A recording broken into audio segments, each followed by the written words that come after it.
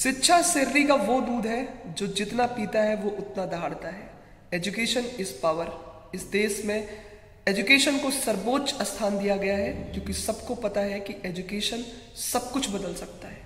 आप कितने भी मध्यम वर्गीय परिवार में क्यों ना हो, आप कितने गरीब परिवार में क्यों ना हो, पर अगर आपको जुनून है अपनी 7 पीढ़ियों के फ्यूचर को बदलने का, तो उसका एकमात्र तरीका है एजुकेशन। एजुकेशन एक ऐसा इन्वेस्टमेंट है जो कंपाउंडिंग रिजल्ट देता है और शायद इसी दिन को साकार करने के लिए हर व्यक्ति, हर पर्सन, हर स्टूडेंट लगातार मेहनत करता रहता है, बहुत मेहनत करता है। हाल ही के दिनों में मेरे पास में एक खबर आई, 31 जुलाई को एसएससी एग्जाम की प्रोटेस्ट के लिए बहुत सारे टीचर्स, बहुत सारे स्टूडेंट गए। उनका मुद्दा साफ था। एसएससी एक ऐसी संस्था है, इसका फुल फॉर्म होता है स्टाफ सिलेक्शन कमीशन। ये एग्ज़ाम कराती है और हर साल करोड़ों बच्चों के लिए एक सपने जैसा एग्ज़ाम होता है जिसमें वो दिन रात मेहनत करते हैं और इस एसएससी एग्ज़ाम के लिए बैठते हैं। इस बार का एसएससी एग्ज़ाम भी उनके सपने की तरह था। एक नई उम्मीद था कि इस बार वो एग्ज़ाम देंगे और अपने एग्ज़ाम में सफल होंगे। एसएससी एग्ज़ाम एक बहुत मास लेवल का एग्ज़ाम है जिसमें व्यक्ति बहुत मेहनत करके जाता है। और अगर ये एग्ज़ाम कराने वाली कंपनी जिसका नाम है एडिक्विटी, यानी एसएससी ने एक संस्था बना रखी है एडिक्विटी, जो एसएससी के एग्ज़ाम को कंडक्ट कराती है, अब एक प्राइवेट कंपनी है। एडिक्विटी की हाल इतनी ख़राब है कि जब बच्चे एसएससी का एग्ज़ाम देने जाते हैं तो वहाँ पे माउस नहीं चलता है, कीबोर्ड्स ख़राब होते हैं और जब बच्चे इस बात की कंप्लेन करते हैं तो उसी सेंटर में उनको पीटा जाता है, मारा जाता है, लाठीचार्ज किया जाता है। और एसएससी हमेशा से सुर्खियों का मुद्दा बना रहा है, कभी रिजल्ट को देर करना। सबसे बड़ी बात यह है कि एसएससी एग्ज़ाम की यही प्रॉब्लम नहीं है। एसएससी एग्ज़ाम की एक सबसे बड़ी प्रॉब्लम है कि वो चाहते हैं बच्चा एग्ज़ाम अटेम्प्ट ही ना करे। मैं आपको बताता हूँ कि गोंडा जैसे डिस्ट्रिक्ट का सेंटर आप अंडमान निकोबार भेज रहे हो, एक लड़का 700-800 किलोमीटर, 1100 किलोमीटर आप उसका सेंटर भेज रहे हो।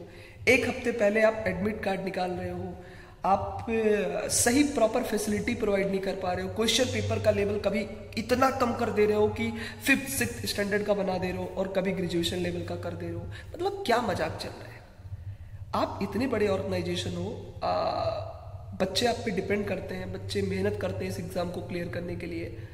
आप जब इस चीज़ का प्रोटेस्ट किया जाता है कि भैया एडिक्विटी को हटाओ। इससे पहले एसएससी का एग्ज़ाम टीसीएस कंपनी करवाती थी। टीसीएस एक बहुत अच्छी कंपनी है, बहुत ही रिस्पेक्टफुल कंपनी है, जिसकी सारे सिस्टम, मॉनिटर, उसकी सारी फैसिलिटीज़ बहुत अच्छी हैं। लेकिन एडिक्विटी का पता नहीं क्या मजाक चल रहा है कि वो एसएससी एग्ज़ाम को इतना सीरियस नहीं ले रही है। मतलब माउस नहीं काम कर रहा है, कीबोर्ड नहीं काम कर रहा है। वो बच्चा जो गरीब मध्यम वर्गीय परिवार में है, जो साल भर से मेहनत कर रहा है कि इस बार उसका सपना बदलेगा, इस बार उसके घर की आर्थिक स्थिति बदलेगी, उसके साथ तो मजाक हो रहा है ना। आप क्या कर रहे हो?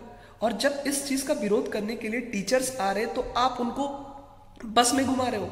चाहूँगा नीतू मैम है ना, इतने सारी मतलब फीमेल टीचर्स, इतने सारे मेल टीचर्स, आप उनको क्या कर रहे हो? आप उनको बस में पकड़ ले रहे हो। आदित्य रंजन सर को बस में पकड़ ले रहे हो। मतलब वो टीचर जो लाखों बच्चों के लिए एक सपना है, उनके सपने को पूरा करने के लिए वो दिन रात मेहनत करते हैं, वो ऑनलाइन एजुकेशन प्रोवाइड करते हैं, दिन रात पढ़ाते हैं कि गरीब मध्यम वर्गीय परिवार का बच्चा जो ऑफलाइन कोचिंग में ना जाके पढ़ पा रहा है, नहीं जाके पढ़ पा रहा है, उनको एक रास्ता दिखा रहे हैं। आप जब वो प्रोटेस्ट करने आ रहे हैं तो आप उन्हें पकड़ ले रहे हो।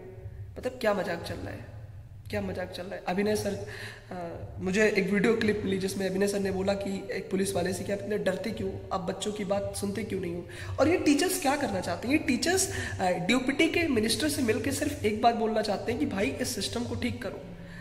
मतलब बच्चे इसके लिए दिन रात मेहनत करते हैं, आप डीओपीटी के मिनिस्टर से मिलकर सिर्फ एक बात बोलना चाहते हैं कि भाई आप अपने सिस्टम को ठीक करो।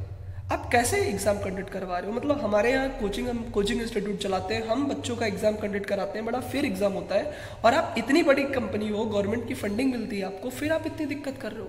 सिर्फ टीचर्स और स्टूडेंट्स सिर्फ एक प्रोटेस्ट कर रहे हैं कि भाई हमारी बातें ऊपर तक सुनी जाए, पर कोई भी व्यक्ति उनकी बात को सुन नहीं रहा है। मतलब क्या है, एक ऐसा देश जो डेमोक्रेटिक है, जिसमें सबको हक है बोलने का, और उसी देश में टीचर्स और स्टूडेंट की बात नहीं सुनी जा रही है। कितनी शर्म की बात है ये। हम ऐसे देश में हैं जहाँ पे शिक्षक ग्राउंड पे उतर आए हैं, विद्यार्थी ग्राउंड पे उतर आए हैं, और ये सिस्टम उनको सुनना नहीं चाहता है, ये सिस्टम उनकी बात को नहीं समझ रहा है। होती हैं हमारे देश में बहुत सारी चीज़ें सही भी होती हैं, और अगर हमारी बात आप सब तक पहुंच रही है तो मुझे बड़ी उम्मीद है इस देश की मिनिस्ट्री से, इस देश के एजुकेशन सिस्टम से, इस देश की गवर्नमेंट से। मुझे बहुत उम्मीद है, मैं आप पे बहुत भरोसा करता हूँ। मेरी उम्मीद है कि आप इन बच्चों की मांग को सुनेंगे। मेरी उम्मीद है कि आप इन टीचर्स की मांग को सुनेंगे। इन टीचर्स, किसी टीचर का हाथ टूट गया, किसी बच्चे का पैर टूट गया है, लाठी खा रहे हैं, रो रहे हैं, चिल्ला रहे हैं, सर इनका सपना है, ये बच्चे गरीब परिवार से हैं, ये अपनी परिस्थिति को बदलने के लिए पढ़ते हैं।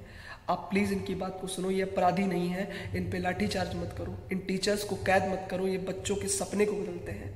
प्लीज़ इनकी बात को सुनिए। Thank you so much, have a great day.